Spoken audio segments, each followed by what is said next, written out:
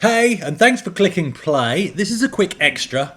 I said last week I wasn't going to put up any footage from the Perth Amiga Users Group meet because I was giving all my footage to Graham. Graham actually found it, got ahead of himself and already did his edit, which is absolutely fine. And he clearly had already an idea in mind. And what he's done is very clever. So I'll link in the description. What he's done is taken one of the existing well-known Commodore promotionals videos and then used answers, people answering the same questions at the Perth Amiga Users Group meet and splicing those into that promotional video. So us from the UK aren't really familiar with that promotional video unless you've been up on the looking up the sort of Commodore history since. That's where I learned about it. So for those of you that haven't seen the original promotional video, you sort of, I'll maybe put a link to both of them in there so you can get an understanding of what he's done. But it's cleverer than it looks on the surface. So do look at Graham's video. Do look at the original promotional video as well to get some context. And that's absolutely great. So what I'm going to quickly give you now is my quick footage. And it was just very quick because and I knew Graham would have a lot of footage. So I just wanted to take some quick snippets. And then some of the photos I'll put in there as well, so that I can just talk about the machines that I saw. And I'm not going to fake it. If it's a machine I don't know anything about, I'm going to say, hey, I don't know anything about that machine, and I'll move on. So there we go, a little extra this week. So this is just an additional aside. I've already put an episode up today, so have a look at that one. This is a little extra. All right, thanks guys, catch you later.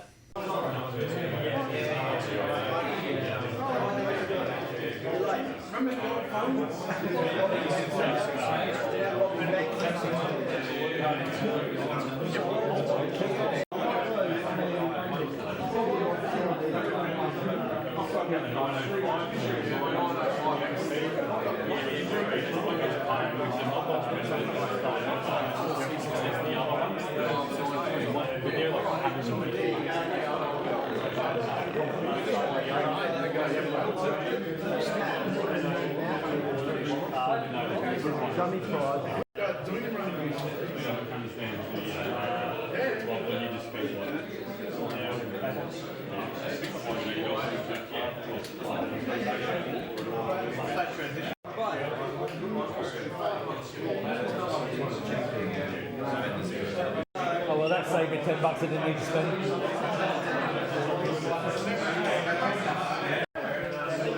Doing some quick bit of videos.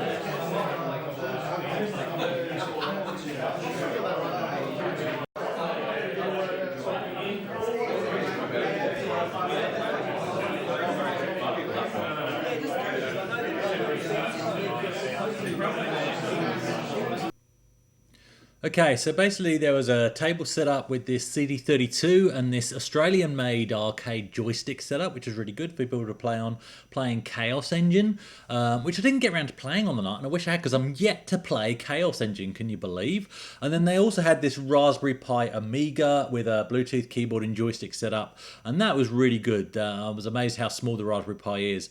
These cases were on sale at a bargain price by Retrokit, which I think is Dave, is it the name? I think. Anyway, fantastic bargain for people on the night. Spectrum Plus 3. So Al had this set up. This is one of my favourite consoles because I had one. I dare say, other than the Amigas, obviously, this is the best machine of the night. Some people won't agree. That's definitely... And it has some piece of shit next to it. I don't know what the hell that is. I mean, what the heck is that? It looks like a piece of crap. I don't know. Anyway, so moving on. There was this Acorn Archimedes. So Steve had this set up, running Elite. I never saw this shape. I always saw the wedge shape in schools. So this was quite fascinating to me. So I chatted to Steve about that. And Steve also had, oh my goodness, the Spectrum Next. And I wish I'd actually got round to having a play on it. That looks fantastic. What an absolutely amazing fan project. You can't even call it a fan project. My goodness, that thing is tempting. What a great job. And Steve also had one of his A1200s there, but it didn't need to be set up because it was obviously next to a much far superior piece of kit, being the Spectrum Next. My goodness, the Spectrum Next is gorgeous. This was the best table of the night. If there'd have been a prize for best display, clearly this would have won it. Okay, this might have been my table. I chose a Star Wars theme for myself because I didn't know what else to do. So basically Star Wars on the A500.